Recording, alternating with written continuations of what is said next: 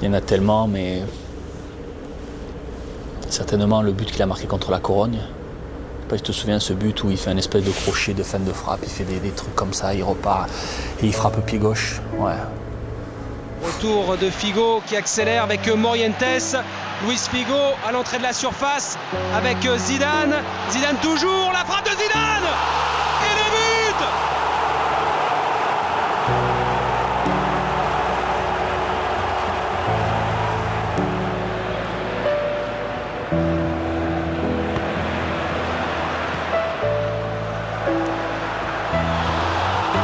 Le deuxième but à la finale, quand il marque les 2 premiers buts de la tête, le premier c'est un soulagement parce qu'on est devant, mais le deuxième vous permet de mieux maîtriser le match.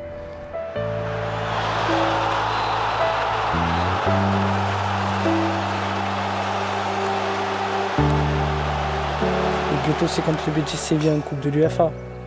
Je crois d'ailleurs qu'il a dit que c'est son plus beau but.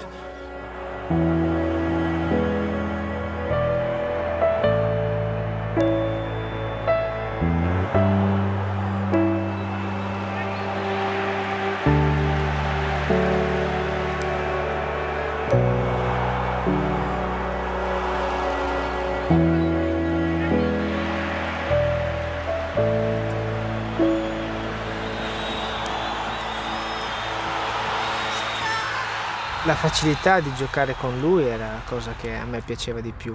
Il fatto di avere a fianco una persona che poteva con uno sguardo, con un'intesa, con un mezzo movimento capire quello che avevo in testa e viceversa, ti fa sentire comunque un altro giocatore, ti fa creare una coppia all'interno poi della squadra, del gioco di squadra che va oltre, perché vedi dei passaggi, capisci delle triangolazioni, e capisci quello che vorrebbe fare il tuo compagno e viceversa, cosa che è legata insomma per noi due dalla creatività, dall'inventività, ed è per questo che con lui mi sono, oltre che aver vinto, mi sono molto molto divertito in campo.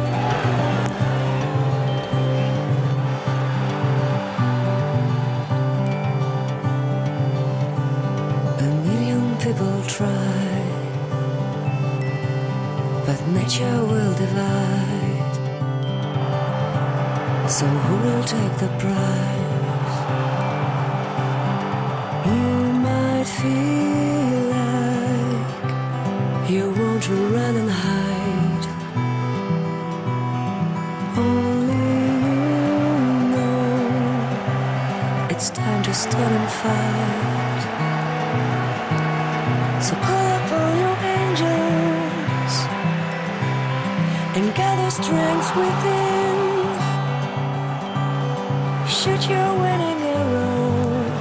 It's time to win.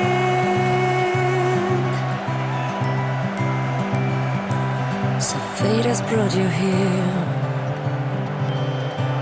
There's nothing left to fear. The moment's in your hands. Ballon qui est dégagé, Zidane qui prend sa chance pour frapper, but. But de Zinedine Zidane. All that comes now are seconds moving fast. So call upon your angels and gather strength inside. Shoot your winning arrow. You decide.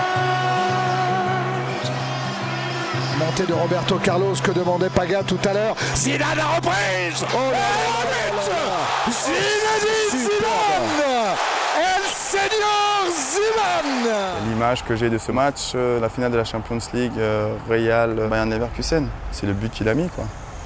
C'est le but parce que je pense que ce but représente tout, déjà parce que le ballon est rentré, parce que le geste, c'est un geste, c'est la souplesse de la hanche, c'est un geste qui est beau à voir. Enfin, en tant que le mec qui est devant la télé, qui regarde le match, tu vois un but comme ça, tu te dis c'est beau.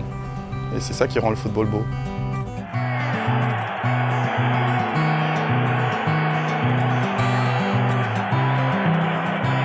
dans cette ambiance de fête. La frappe de Zidane. Zidane qui se rapproche des buts milanais. Zidane, Kovacevic, allez Zinedine. But de Zinedine Zidane qui fait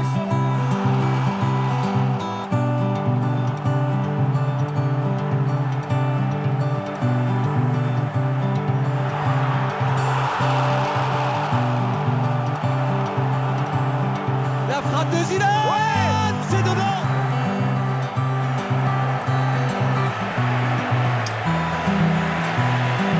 La Panenka, il devrait l'appeler la Zidane maintenant. Parce que oser la faire en finale de Coupe du Monde contre les Italiens, il faut oser quand même. Franchement, il faut oser.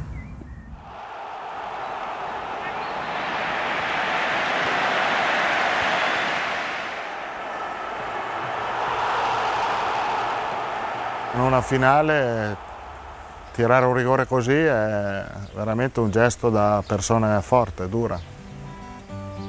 Il s'est fait plaisir. Voilà, il a voulu se faire plaisir.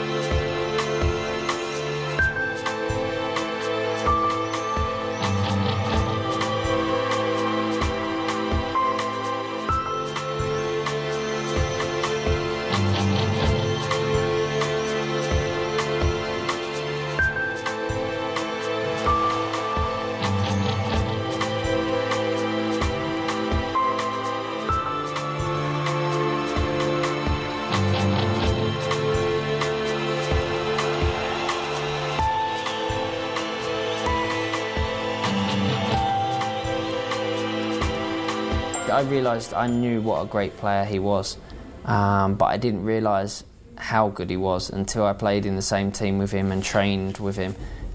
He's a player that is just so special.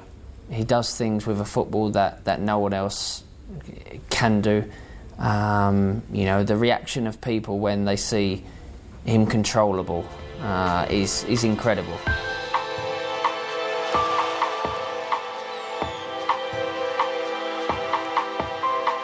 My wife doesn't know much about football, but my wife watched Zizou play and she said, he's like a ballerina. Ballerinas are so, you know, comfortable in what they do and they're so passionate, and you can see that in what they do, and it was perfect the way she described him.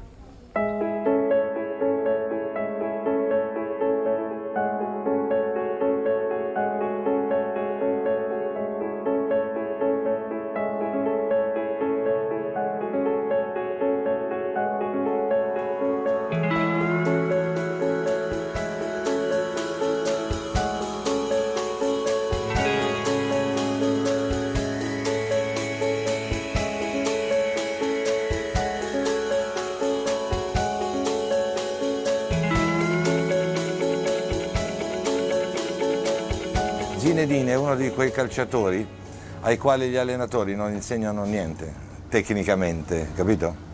E ce ne sono giocatori al mondo che l'allenatore non è in grado di insegnare perché sono talmente bravi che non le...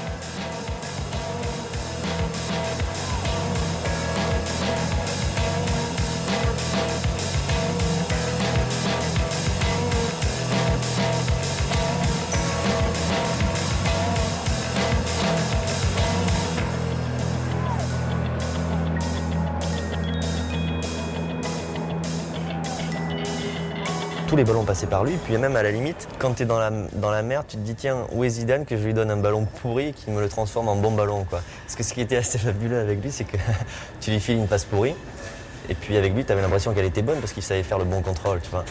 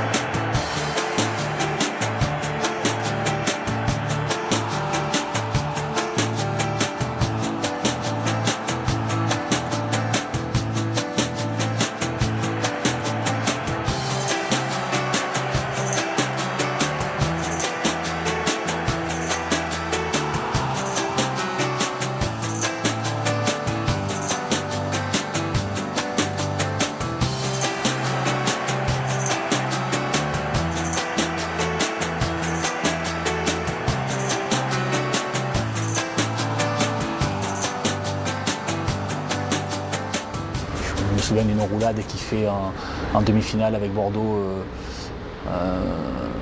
en Coupe UEFA, là, on joue au Slavia de Prague, où en pleine course, il fait ça, c'est une espèce de roulette là.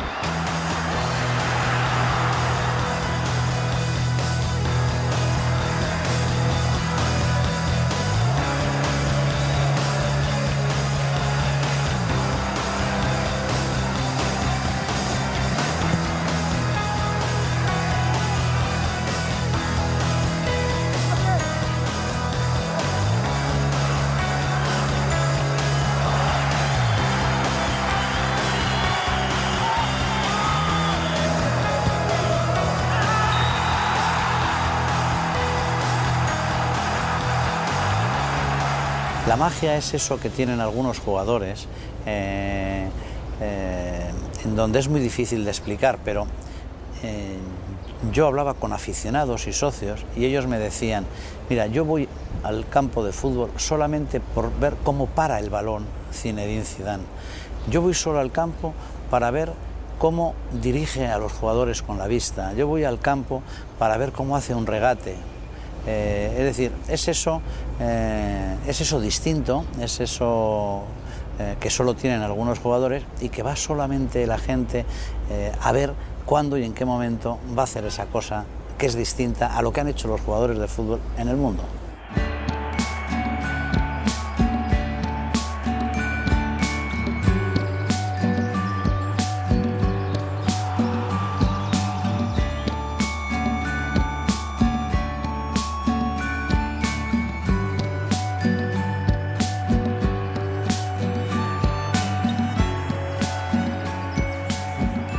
Quando vedi giocare Zidane pensi, per me lui è il gioco del calcio, quindi per forza di cose bisogna stare a guardare e non parlare.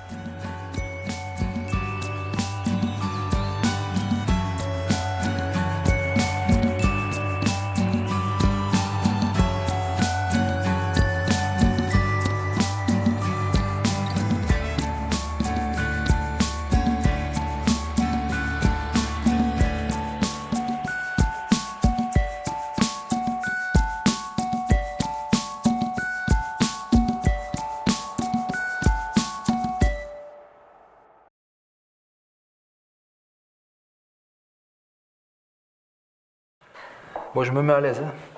Hein si ça vous dérange pas, on filme pas les pieds. Tu peux voir un peu, regarde un peu comment tu vas bouger, est-ce que tu te mets comme ça en avant? Comme ça va.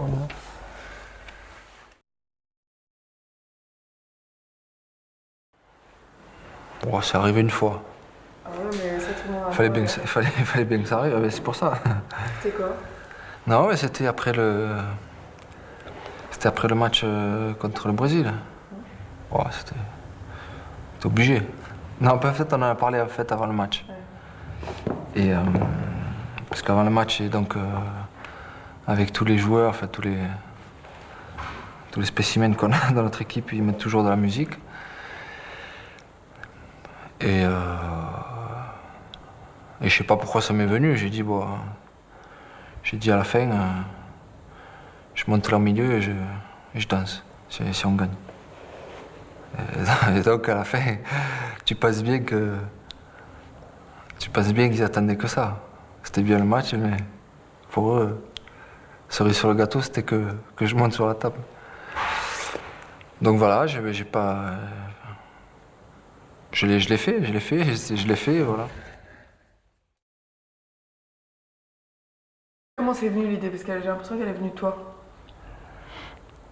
En fait, exactement comme elle est venue, je sais pas. Enfin, je pense que c'est, moi avec 2-3, et c'était un peu sortir du contexte, quoi. Dire bon, ce soir, comme il y avait une petite auberge à côté, pas espagnole mais allemande, voilà. On s'est dit bon, il vaut mieux que, ça serait bien qu'on sorte de là et qu'on se fasse un petit repas. Alors, on s'est dit qu'est-ce qu'on va faire comme repas pour que ce soit. Et en fait, il y en a un qui a dit grillade, faire 2-3 merguez. Et ouais, mais où c'est qu'on va trouver 2-3 merguez? Et finalement, je pense qu'à Berlin, en fait, on avait un chauffeur qui était tout avec nous. et qui s'est tapé des allers-retours, quoi. Donc en fait, à chaque match, parce que c'est venu, je sais pas quel match on a fait la première fois, mais après on attendait ça avec impatience, quoi. À chaque fois, on restait 3 heures à table. Il n'y en avait pas un qui se levait, quoi. Tellement c'était bien.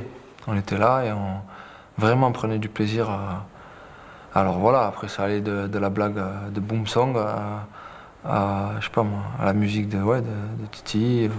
Mais vu qu'on était super cool, ça fait que le lendemain on s'entraînait comme si on avait mangé une petite salade et du poisson.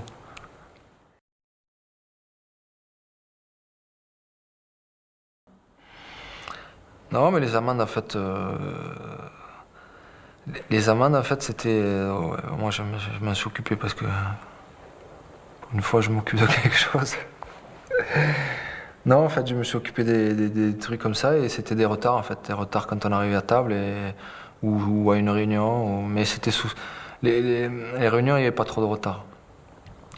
Là où on avait où on récupérait de l'argent, c'était quand on arrivait à table. Et voilà, c'était marrant parce que quand tu es concerné, tu veux pas payer, quoi. Et voilà, alors t'en as 23. Mais bon, quand c'était moi qui demandais, ça allait mieux. Là où j'ai eu le plus de stress, c'était contre le Togo, quand je jouais pas. Là, oui. Là, tu vois, t'es maître de rien, t'es pas sur le terrain, eux ils sont là-bas, même si je savais qu'ils allaient gagner et que machin, mais t'as quand même la pression, tu vois. Je me suis jamais dit, à aucun moment, je me suis dit qu'on n'allait pas passer, machin. Mais, tu vois, inconsciemment au fond de toi, voilà, ça peut, tu peux ne plus jouer. Et voilà, mais sinon, jamais, à aucun autre moment, tu vois, je me suis toujours préparé en me disant, fais-le à fond, vis-le intensément. Toi, tu sais que voilà, c'est peut-être le dernier. Alors, je me faisais un malin plaisir quand je terminais le match, comme celui d'Espagne, par exemple. Alors là, je me suis régalé, quoi. Je me suis régalé à aller à la conférence de presse et me dire, purée, non, c'est pas le dernier. Mais là, tu vois, quand j'y repense, vraiment, je me dis, c'est trop bon, quoi. Enfin, tu vois, je me dis, purée. Parce que tout le monde, en fait, et pas simplement que les Espagnols, hein, parce que c'est pas... Tout le monde pensait justement que c'était mon dernier match, pas que simplement que les Espagnols. Et là, je me suis régalé, mais d'une force, comme jamais, de dire, non. Désolé pour vous. Il faudra en attendre encore un et voilà. Mais après, je repasse à l'autre match et je me dis, purée, allez, centre-toi, il faut y aller, mets tout, tu sais que... Et voilà, et jusqu'au bout, ça a été comme ça. Mais moi, j'ai vécu 1 mois et demi comme rarement un sportif a pu vivre, quoi, parce que je l'ai vraiment vécu intensément. Et puis bon, les autres ils pourront le dire. Pour moi, c'était tout. Enfin, voilà, j'ai tout mis là-dedans, tout ce que j'avais au fond de moi.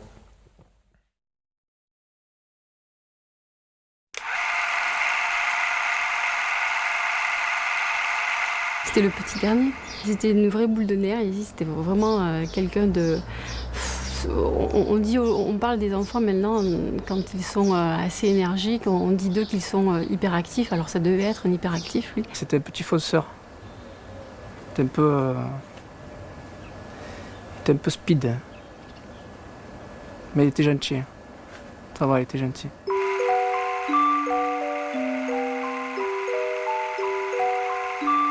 Jeune, il a un caractère où il veut tout. Il veut toucher à tout, il veut faire du vélo, il veut faire du patin, il veut tout faire. Tout ce qu'il faisait, il le réussissait, je veux dire, dans le sport, toutes les activités physiques qu'il pouvait faire, il réussissait. Alors c'était le judo, c'était le foot, c'était le tennis, il nageait comme un poisson, c'était tout ce qu'il faisait. Il n'a jamais eu peur de quoi que ce soit, il n'a jamais eu peur d'essayer une activité nouvelle. Je veux dire, rien ne l'arrêtait, à part l'école. À part l'école, bien sûr.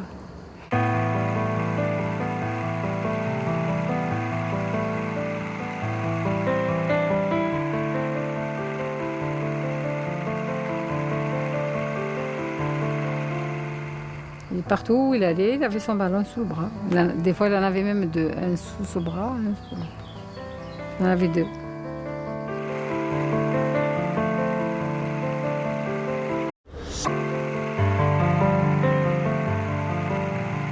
Très jeune, il avait déjà les deux pieds, il se servait déjà de ses deux pieds. Il faisait déjà des contrôles. Bon, tu te disais, tu te posais la question comment il faisait, quoi. Même tout petit. Et puis quand tu allais le voir jouer à les jeunes de son âge, bon, c'était toujours là. On demandait toujours sa pièce d'identité à la fin. Pour savoir s'il n'avait pas 2 ans de plus ou.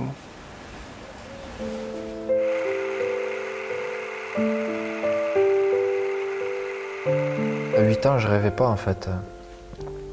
Parce que même les rêves les plus fous, en fait, je m'imaginais jamais que que je pouvais être un joueur professionnel, et de pouvoir jouer dans les clubs auxquels j'ai appartenu. En fait, jamais je me suis imaginé ça. Je me suis simplement dit que bon voilà, j'aimais le foot, c'était ma passion, je faisais que ça, je jouais. Et c'est venu qu'à 14 ans en fait, quand je suis arrivé à l'ESCAN, quoi. Et que là j'ai vu les pros, quoi. Ils étaient là, ils s'entraînaient, et voilà. Et moi je me suis dit dans ma tête, je me suis dit pourquoi pas toi, quoi.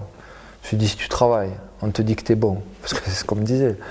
Alors peut-être que c'était faux, mais je pense pas. On me disait voilà, si tu travailles et que tu bosses bien, et que tu peux avoir ta chance toi aussi.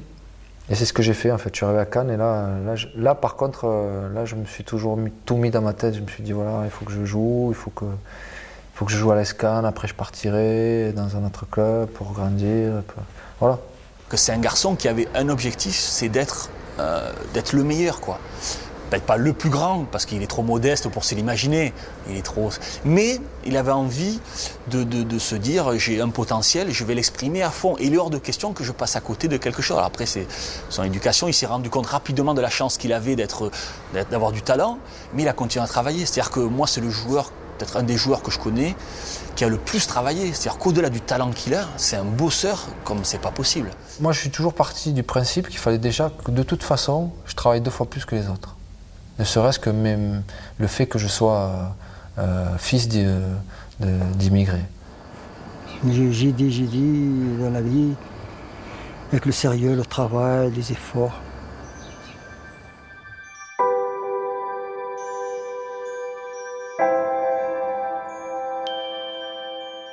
Le fait de vouloir réussir, c'était aussi pour eux. C'était surtout pour leur montrer, leur dire voilà, ça a été difficile dans les études, j'ai pas peut-être fait ce que vous voulez. Et ben aujourd'hui, je vais foncer là-dedans et je vais essayer que vous soyez fiers de moi, quoi. Et c'est pour ça qu'après, quand je suis arrivé au centre de formation, en fait, j'avais vraiment ça en tête.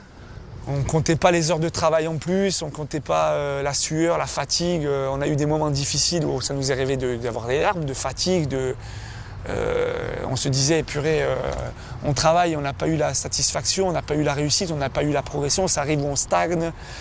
Moi, je pense qu'il faut une sacrée force de caractère, il l'a eu, quoi. 14 ans à aujourd'hui, c'est le travail, le respect et le sérieux, quoi.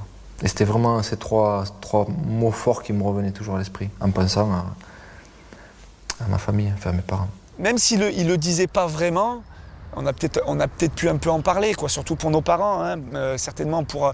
moi, je me souviens, il m'a dit, moi, tu sais, qu'est-ce que j'aimerais que mon père, il arrête de travailler, il était veilleur dans des parkings ou dans un supermarché, je ne sais plus exactement, ça remonte à tellement longtemps, il faisait la nuit. Qu'est-ce qu'il me disait? J'aimerais que mon père, il arrête de travailler là-bas. Donc forcément, ça passait par sa réussite à lui. Mais lui, c'était vraiment, je veux réussir parce que j'aime le football et c'est mon rêve et c'est ma vie. Mais je sais qu'à travers sa réussite, c'était aider les autres. Rendre fier sa mère. et son père. C'est sûr que c'est ça au départ. Ça peut rien. On est motivé par ça. Ma mère, elle essuie tous les sols possibles et imaginables. Et puis un jour, j'ai envie qu'elle arrête. Et je sais par où ça passe. Ça passe par mon travail. C'est d'abord un acte d'amour. Je crois.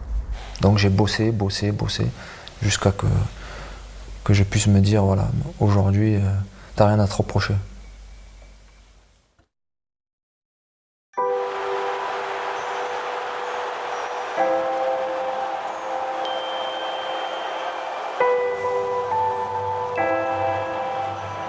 Déjà les 2 premiers buts à Bordeaux, j'étais là. Je devais partir le jour même, il m'a dit non maman, tu t'en vas pas parce que je crois qu'aujourd'hui je vais rentrer en équipe de France et je voudrais que tu sois là.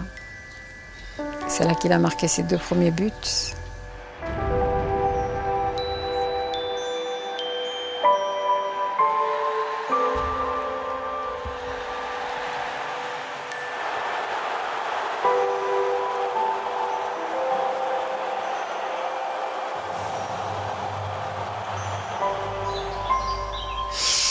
Déjà pour un début, c'était déjà fort parce qu'à la sortie, c'était la ruée. Imaginez après les matchs suivants, les suivants.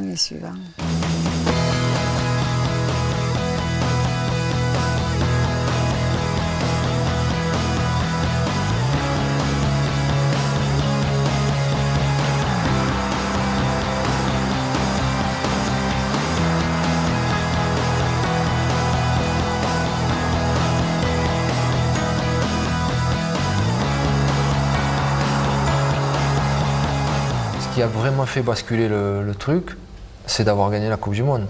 Parce que ma vie avant et ma vie après la Coupe du Monde, voilà.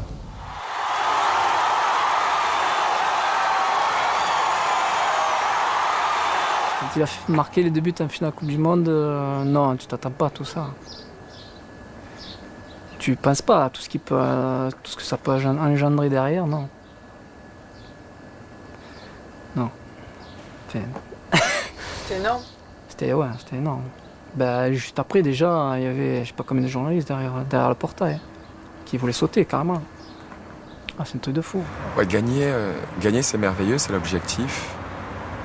Mais lorsque tu es dans l'action, au moment de gagner, tu réalises pas qu'en fait, ta vie bascule et tu passes du jour au lendemain dans un autre monde. Un monde que tu maîtrises plus.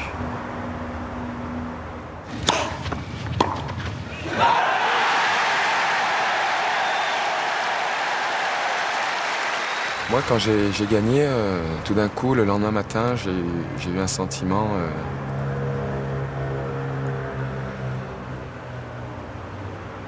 le plus grand sentiment de solitude que j'ai jamais eu.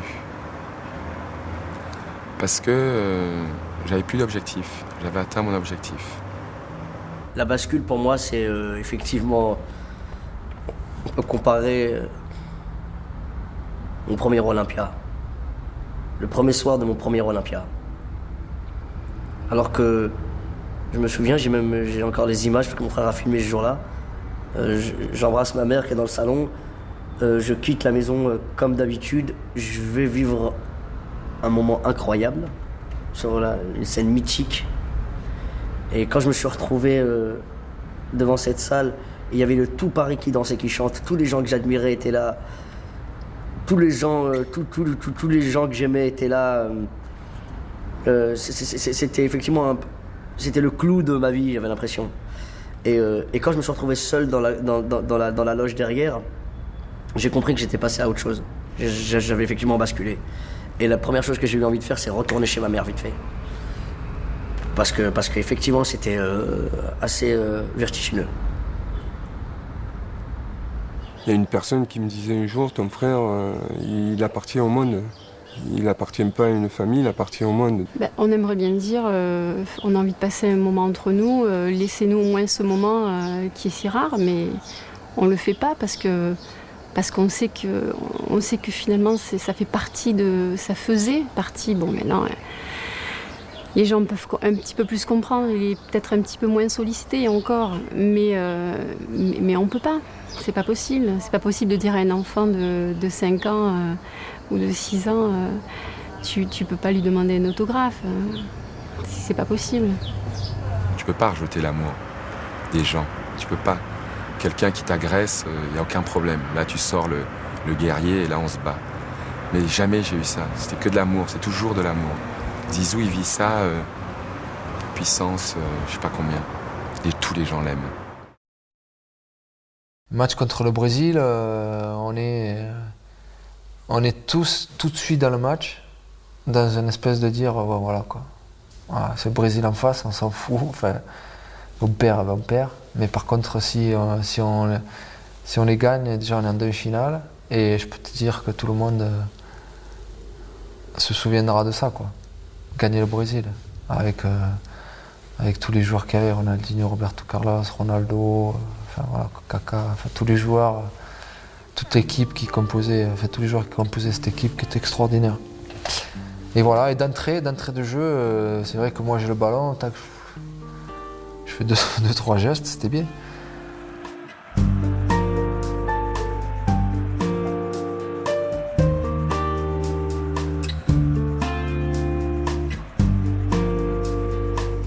Sur la première action, on avait monté le schéma, on connaissait l'organisation de l'adversaire et on savait qu'il fallait éviter d'être pris au milieu de terrain.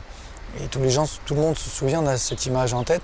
C'est pratiquement sur la première action où Zidane est pris avec 3 Brésiliens qui serrent dessus et il fait double râteau, il se passe entre les deux et donne le ballon.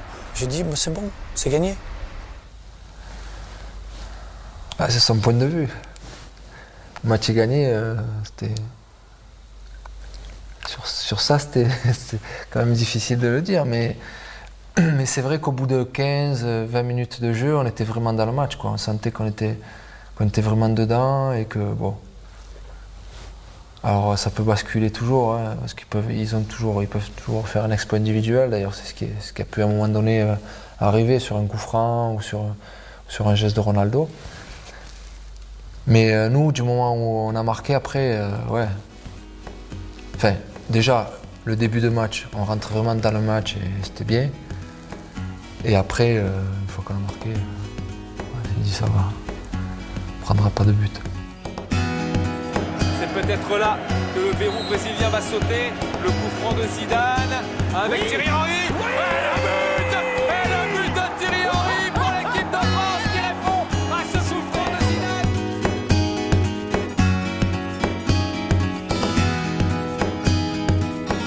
On a eu ce sentiment-là qu'à un moment donné, il ne pouvait rien nous arriver, quoi. C'est-à-dire qu'on se régale, on prend du plaisir et surtout quand on a marqué. Parce que c'est ça qu'il faut dire, quoi. Parce que tant que tu ne marques pas, de toute façon, 0-0, comme je te dis, chacun peut avoir un exploit individuel. Et là, bon, t'es pas à la merci d'un exploit de Ronaldo. Mais sinon, quand on a marqué, on avait ce sentiment-là, d'être un peu sur un nuage.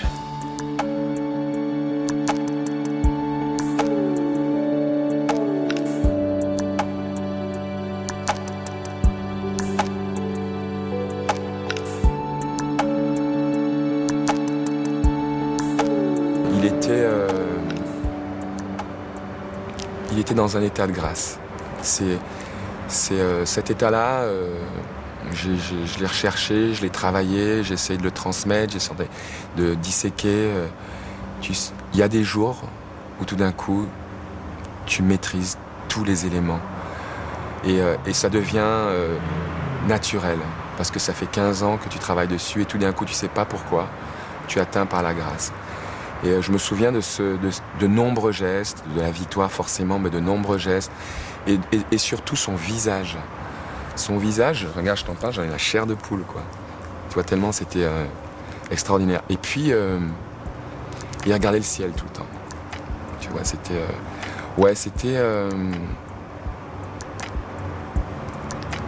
c'est rare, ces moments-là.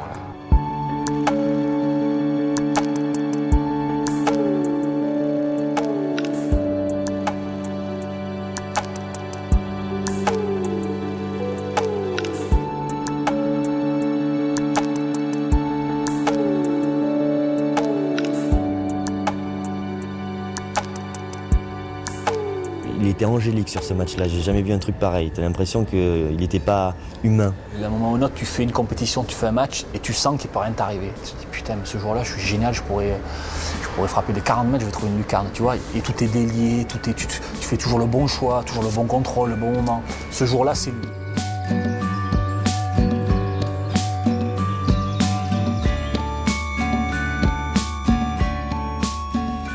Je dis l'impression, c'est toujours l'impression de dire que je fais des gestes qui sont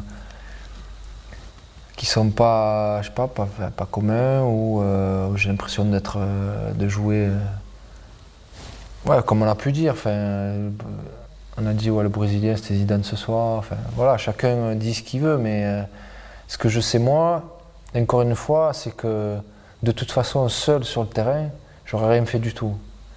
Et en fait, notre détermination à nous, c'était que tout de suite, tous, parce qu'il faut regarder le boulot que font Makélélé et Vieira, et derrière, enfin, dire sans ça, sans se dire on bloque Ronaldinho et Ronaldo, machin, qu'est-ce qu'après moi je peux faire?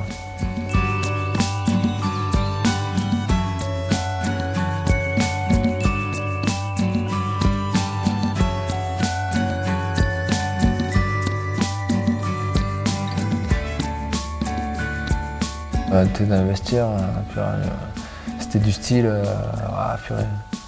on voulait encore jouer quoi, tellement c'était bon. C'était trop bon.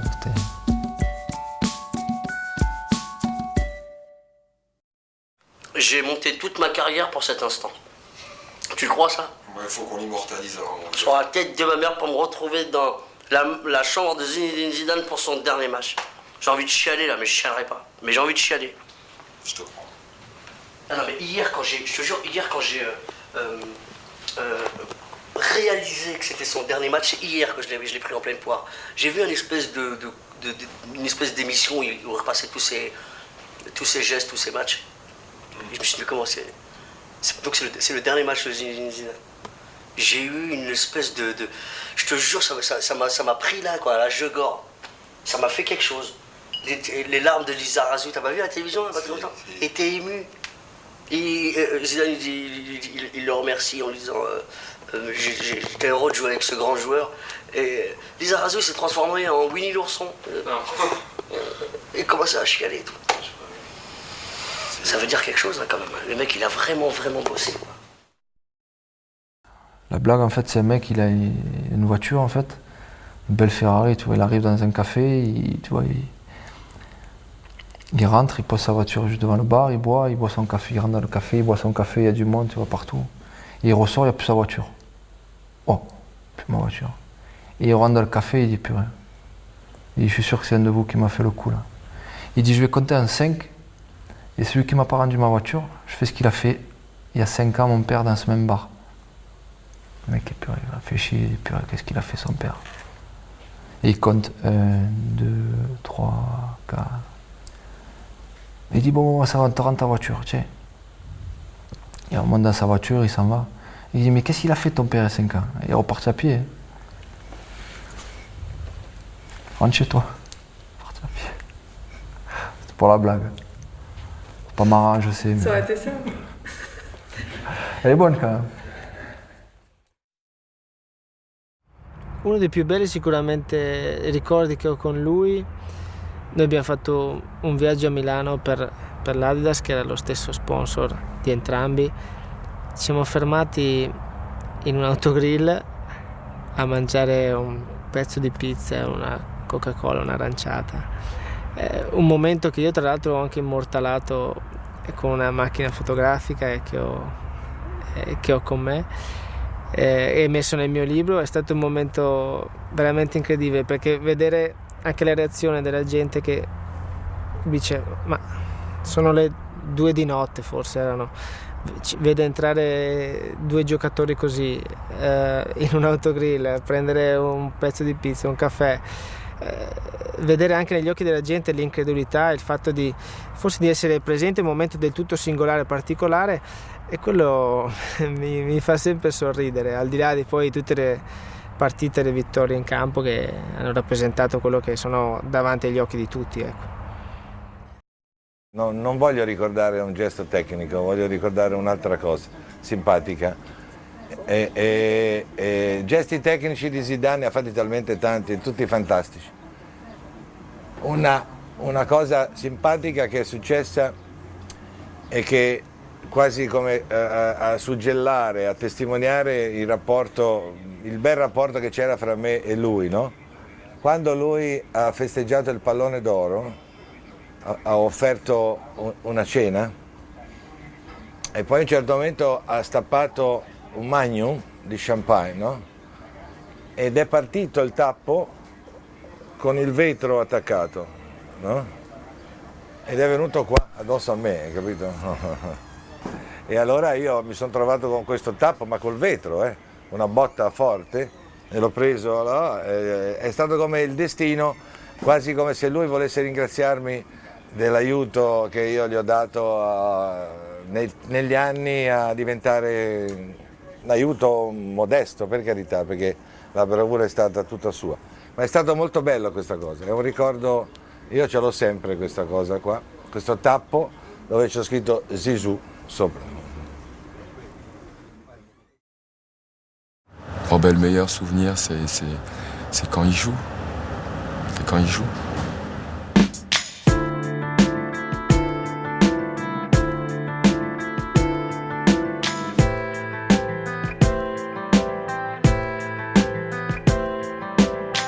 Voilà, Zizou, c'est quelqu'un qui m'a donné du bonheur. C'est la personne qui, depuis 10 ans, m'a donné le plus de bonheur en dehors de mes enfants. Il m'a donné du bonheur. Voilà, je me mettais devant ma télé, et puis tu vois un geste, et tout d'un coup, ça capture ton imagination. C'est beau, c'est gracieux, le sourire est magnifique, l'état d'esprit est juste, c'est parfait. Et en plus, il nous a fait gagner, quoi. Peut-être qu'on regagnera, mais on ne gagnera pas comme ça.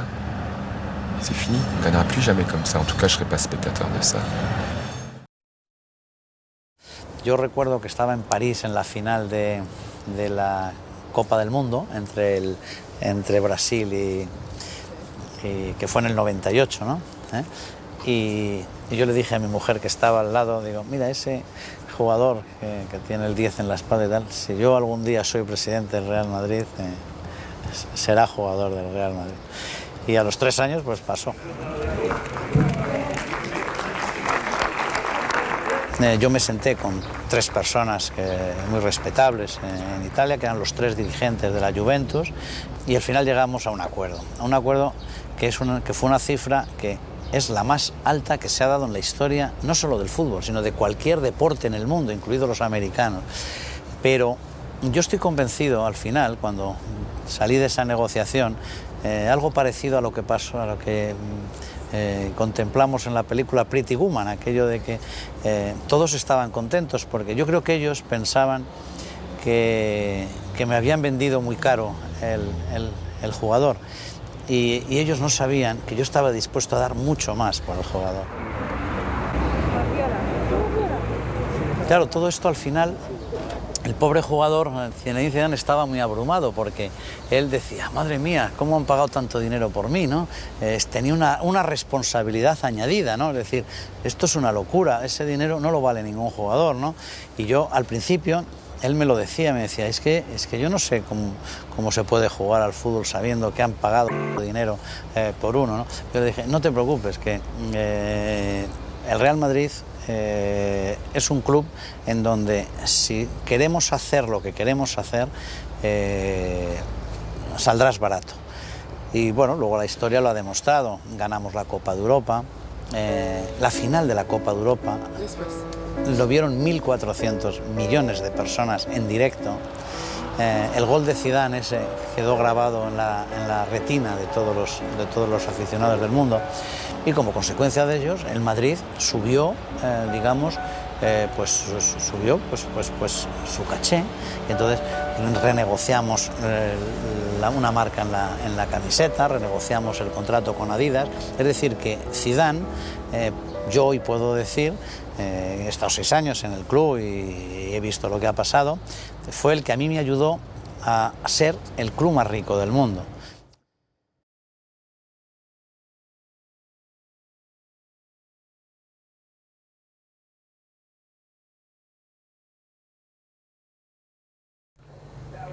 Combien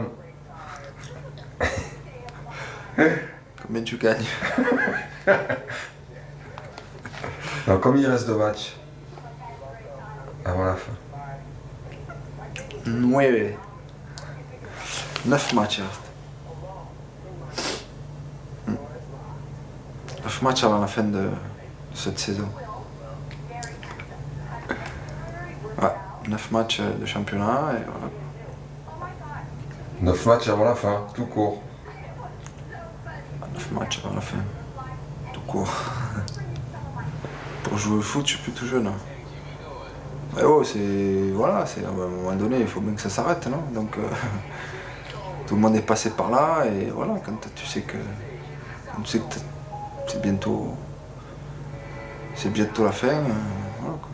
Il faut s'arrêter. Quand tu fais des années de trop, c'est jamais très bon.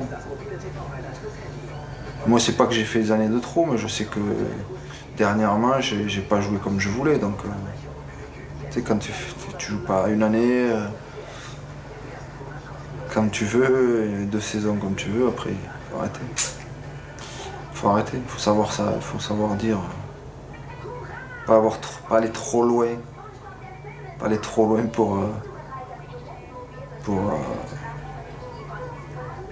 parce que ce que tu as fait de bien, il faut le garder. Comment t'imagines que ça va passer là, le mois et demi? Tu le vois comment? Très vite, ça va passer très vite. Pour ça que, en même temps, il faut profiter de tous ces instants. C'est les derniers matchs, c'est les derniers. Il y a plein de choses qui fait que les derniers stades où c'est que je vais jouer, là, notamment Barcelone. La semaine prochaine, on joue le Grand Derby. On joue à Barcelone. Donc voilà, ça sera le dernier. Et surtout, tu t'aperçois parce que moi, tu t'aperçois surtout quand tu as toujours été le plus jeune dans les équipes. Moi, j'ai toujours été le plus jeune. Hein. Toujours été surclassé, toujours été le plus jeune. Et aujourd'hui, je m'aperçois qu'à chaque fois que je viens le matin, je me dis, purée, t'es le plus vieux quand même. Et je suis le plus vieux de l'équipe. Donc voilà, enfin, je sais pas, je peux parler de Laurent Blanc, de Didier Deschamps, tous ces joueurs-là, ils ont connu ça. Hein. C'était le plus vieux, et puis après, bon, ils ont arrêté. Ben voilà, on arrive là, on arrive à ça, à se dire que je suis le plus vieux et que ouais, c'est l'heure. Forcément, ça sera difficile, ce sera pas facile. Parce que quand t'as fait que ça, t'as connu que ça et tu sais que ce que ça a été pour toi le foot, pas facile d'arrêter. Mais en même temps, c'est logique.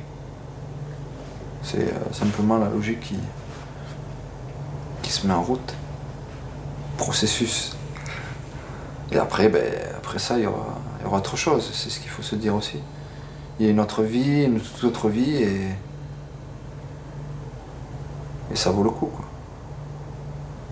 Ça vaut le coup aussi. Même si ça sera pas facile, parce qu'on a vécu pendant 15 ans dans un cocon, quoi. Parce qu'on était vraiment assistés, quoi. On pensait vraiment qu'à notre match, il n'y a pas grand chose à dire sur ça, quoi. Et maintenant, les vraies choses de la vie doivent commencer. C'est-à-dire que c'est pas tout ce qu'on a vécu, la vraie vie, c'est pas tout ce qu'on a vécu jusqu'à maintenant, même si c'était professionnellement, c'était ce qu'on devait vivre. C'était vrai. Ce qui était vrai, oui. Mais après, la vraie vie à l'extérieur, c'est autre chose. Et donc voilà, on en commence une autre vie là. Et en même temps, je suis prêt à le faire et je suis prêt à savoir comment. Enfin, je me suis projeté déjà. Je suis imaginé de toute façon. Donc, il n'y a pas de souci. Moi, je sais que j'ai tout fait en fonction de ma famille et en fonction de mon foot, surtout du foot au départ, et ma famille. Moi, j'ai vécu que pour ça. Hein. Pour mon foot et pour ma famille. Donc après, oui, j'aurais besoin de moi, de profiter de moi et de profiter de ce que j'ai pas pu faire pendant toutes ces années. Parce que quoi que l'on puisse dire, même si c'est vrai et que c'est un métier extraordinaire et que c'est beau et qu'on gagne beaucoup d'argent, forcément c'est vrai. Mais en même temps, on n'a pas fait grand-chose à part jouer au foot, quoi. Il faut se le dire aussi. Donc après, j'aurais envie de profiter de tout ça, de tout ce que j'ai pas pu faire pendant que justement je joue au foot. C'est des choses simples, hein. C'est prendre du temps pour soi, faire un peu ce que je veux, quand je veux, où je veux, sans obligation, sans que personne me dise il faut faire ça demain matin à telle heure. Tout ça je veux plus, quoi. Pendant un laps de temps, je vais pas dire que toute ma vie ce sera comme ça, parce que ça serait triste aussi. Mais pendant un laps de temps, c'est ça. C'est vivre moi, avec moi. Et voilà. Tes enfants, ils savent que c'est un tournant? Enzo, oui, peut-être. Que c'est un tournant? Ouais. Il sait que je vais pas tarder, à arrêter. Parce que quand je parle avec lui, il sait. Et puis il me voit quand on joue tous les deux ensemble aussi, pareil. Il me dit, on peut pas te fatiguer un peu. Il te branche? Ouais, mais bon. Et puis il est grand là maintenant, il commence à être grand, donc forcément c'est des souvenirs tout ça. Et bon voilà, il sait que ça va s'arrêter et qu'il n'y a pas de souci. Bon ZZ, je vais te laisser dormir. Ouais, dormir un peu. Ouais. Déjà t'es plus tout jeune, alors si en plus je fais pas la sieste. Ce soir, ça peut être dur. Ça peut être dur. On va dormir un peu.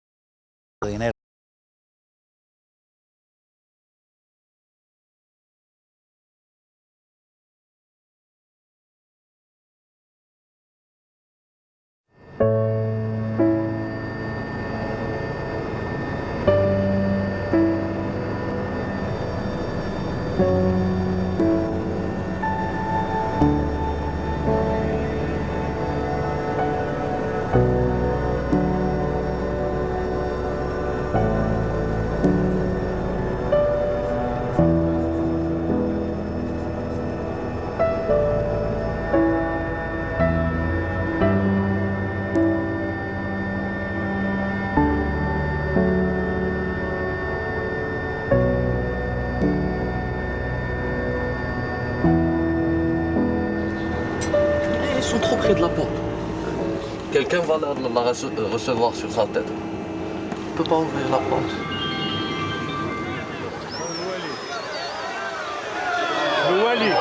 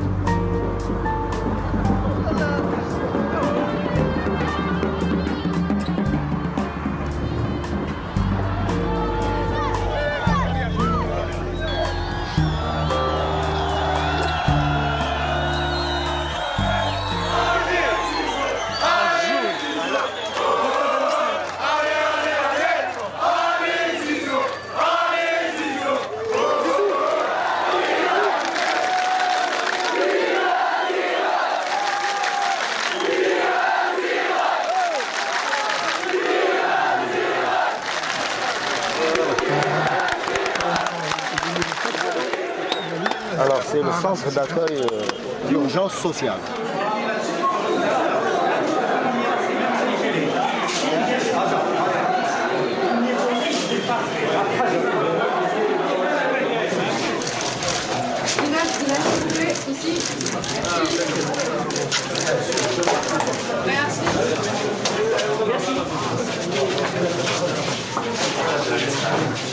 Je tiens avant tout à remercier M. Zidane.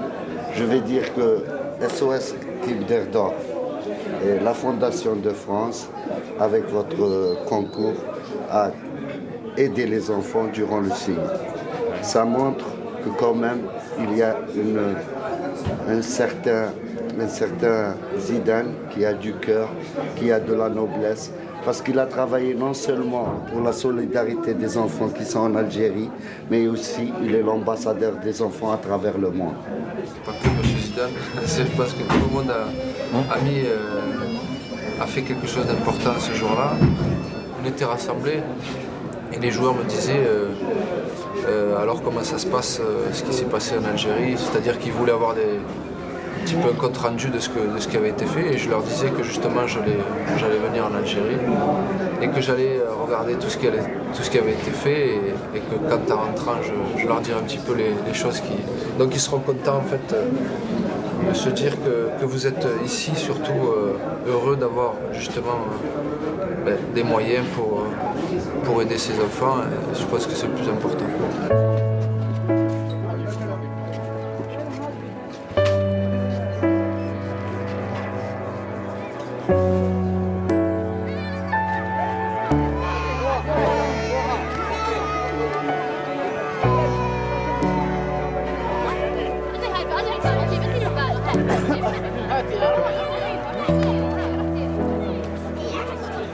Ah là mon petit chouchou, alors t'as bien joué, c'est super. T'es génial. T'es génial. T'as super joué. Maintenant c'est les grands qui vont jouer.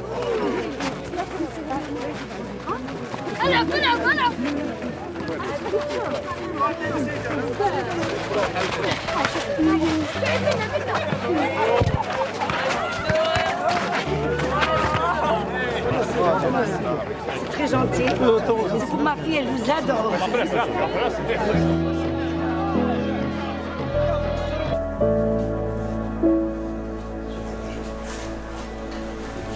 Là, c'est un nourrisson, 4 mois, qui a été hospitalisé dans un tableau de déshydratation. Et dans le bilan, on a retrouvé une infection urinaire. Donc, c'est un cas très banal.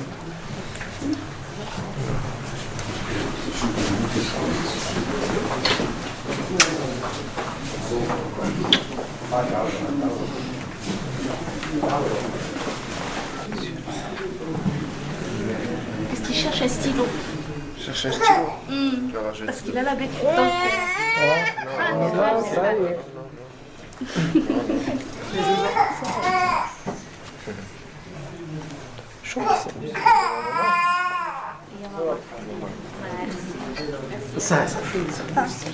votre aide.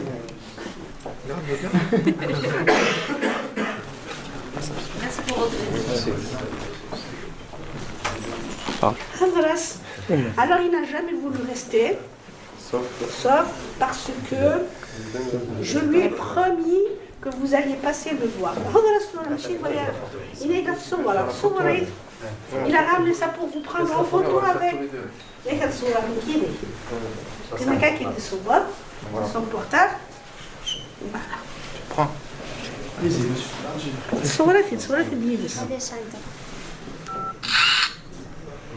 Ouais, donc, je sais bien. Je sais bien.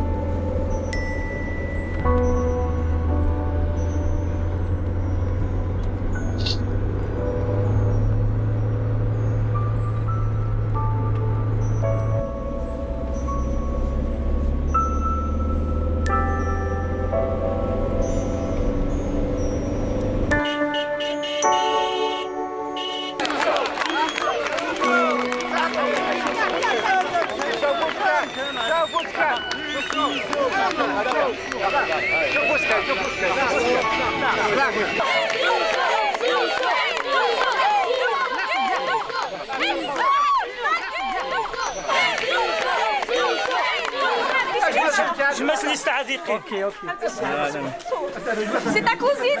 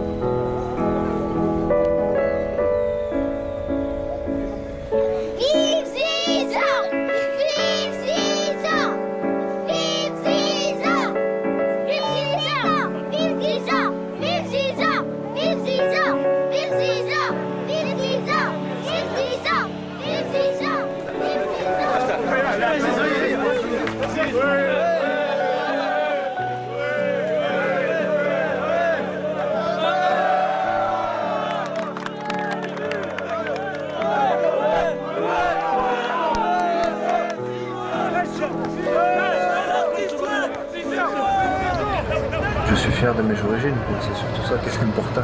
Fier, très fier de mes origines et content d'être là aujourd'hui. Et ce sont des gens qui m'ont toujours supporté, qui m'ont toujours porté, qui ont toujours eu des gestes ou des mots gentils à mon égard. Et voilà. Et le fait qu'aujourd'hui, même si peut-être pour certains me l'ont reproché de ne pas être venu plus vite, j'avais certainement mes raisons professionnelles qui ont fait que j'ai pas pu venir avant, mais maintenant le fait de venir, de concrétiser ça, bon, je vois que les gens sont contents de me voir et ça c'est assez touchant pour moi.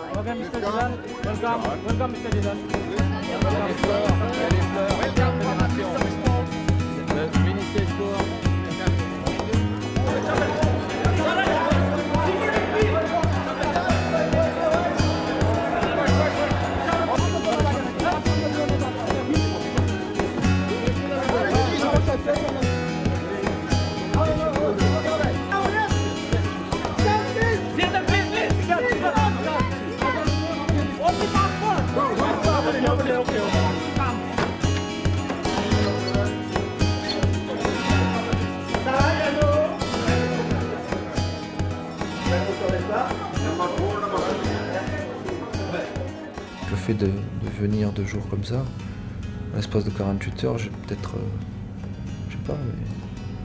j'ai peut-être appris les choses qui s'apprennent, je sais pas, en un peu plus de temps en tous les cas. Et puis en même temps, j'ai rencontré quelqu'un qui est tout simple, qui porte la sagesse sur son visage et qui à un moment donné dit je vais aider mon pays d'une certaine façon à ce qu'il évolue. Hi! Wow! to see you. Oh my God. Bangladesh is going crazy for you. Bangladesh est fou pour toi.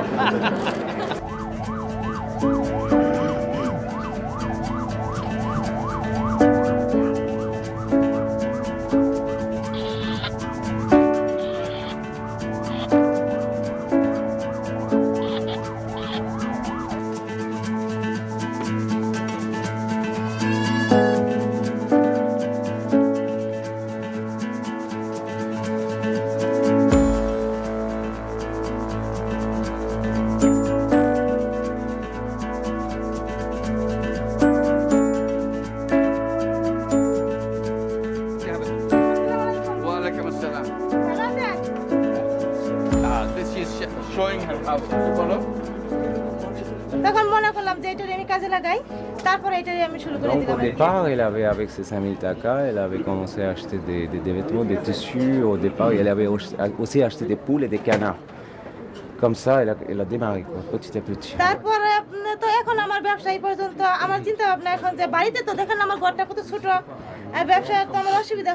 Maintenant, elle a 2 employés. Et avec ses 40 000 taka, elle a déjà touché 40 000 taka, elle a acheté des tissus.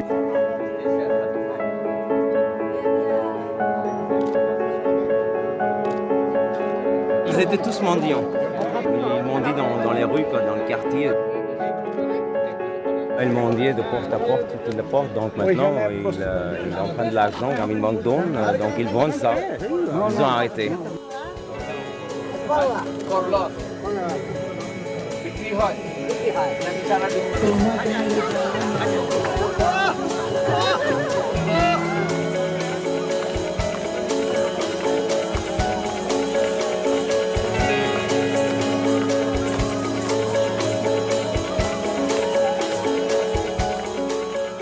Je savais que ça allait être une découverte, ça l'a été, et ce qui me revient à chaque fois dans l'esprit, c'est la spontanéité des gens en fait, le fait qu'ils soient heureux et qu'ils soient dans un pays aussi difficile.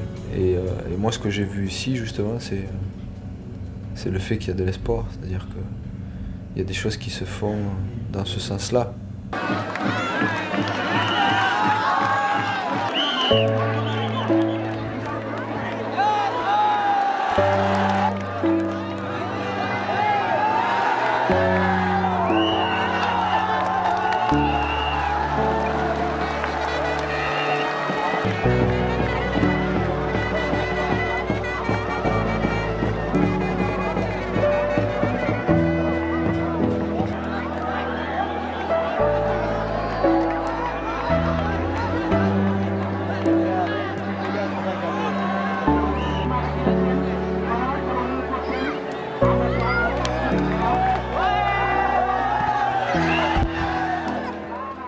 Moi, en étant en Europe, je pensais vraiment pas qu'ils me percevaient comme ils l'ont fait, quoi.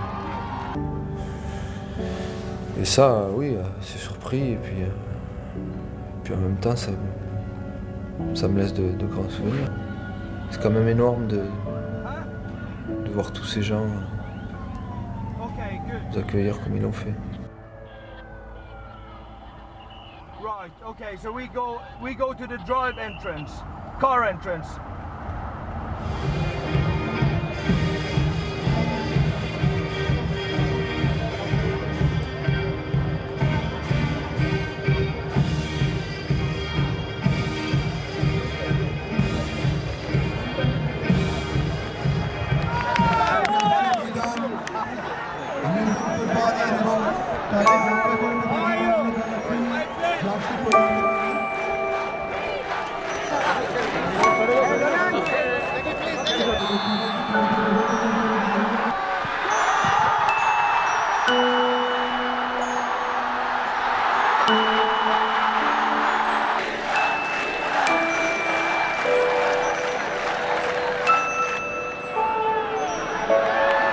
Cette découverte, en fait, c'est pour apprendre justement et pour essayer de le reporter sur le pays là où sont mes racines, les racines de mes parents, mes origines. Donc l'Algérie, la Kabylie, en fait, c'est essayer de pouvoir faire des choses. C'est simplement l'envie, en fait, l'envie que j'ai au fond de moi de vouloir essayer de faire des choses, quoi.